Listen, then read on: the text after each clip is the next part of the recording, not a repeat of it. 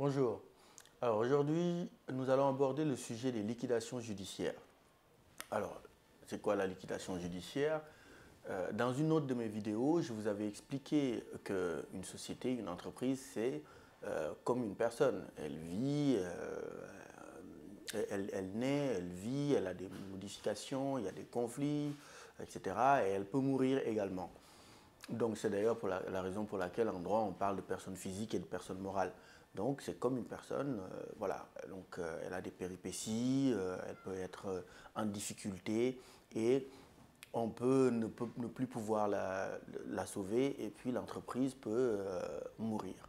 Alors la liquidation judiciaire, c'est exactement ça, c'est-à-dire ça concerne les sociétés ou même des associations ou même un artisan qui ne peut plus faire face à ses dettes.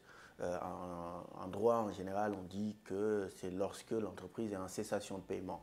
Donc la cessation de paiement, c'est lorsque votre actif qui est disponible ne peut plus faire face à votre passif exigible.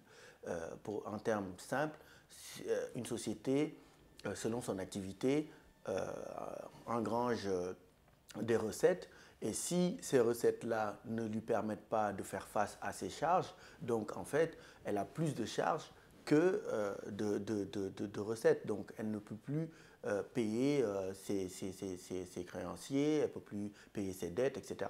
Donc elle se retrouve dans une situation où elle n'arrive plus à faire face à ses charges. Donc on parle de cessation de paiement.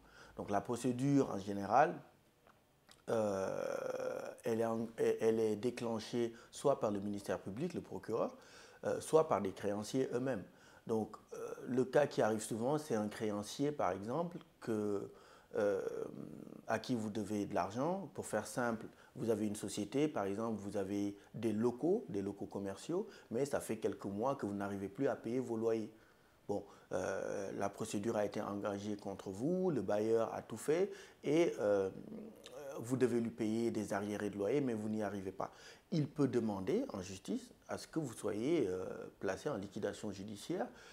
Ça permettrait dans un premier temps soit stratégiquement de vous mettre en difficulté de sorte que vous ayez, si vous voulez sauver votre activité, que vous puissiez démontrer devant le juge que vous pouvez faire face à cette difficulté et donc vous pouvez lui régler ses arriérés ou bien une fois que la liquidation est prononcée que lui il puisse s'inscrire sur la liste de tous les créanciers et selon l'ordre il pourrait éventuellement espérer voir régler ses arriérés de loyer, ce qui arrive très rarement, mais c'est le but, parce que le but de la liquidation judiciaire, c'est de liquider, donc de vendre tous les biens de l'entreprise et de pouvoir réunir tout ce qui reste à l'entreprise pour pouvoir payer les créanciers.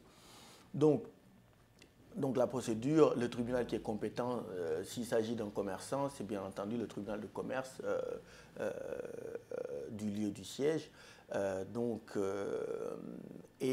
Lors de cette audience, si le juge constate que le rétablissement ou le redressement de la société n'est pas possible, il prononce donc l'ouverture de la liquidation en nommant un liquidateur qui, entre guillemets, va prendre la place du chef d'entreprise et essayer de mener à bien cette liquidation. Il y a un juge commissaire aussi qui va être désigné lors de cette audience pour pouvoir contrôler les opérations de liquidation pour que ça se passe assez rapidement pour, si vous voulez, préserver les intérêts des uns et des autres.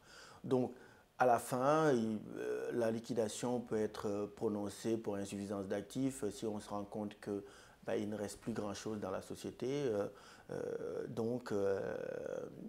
C'est ce qui peut arriver. Par contre, si le liquidateur a pu récupérer assez d'actifs, les créanciers vont pouvoir peut-être récupérer certaines sommes d'argent.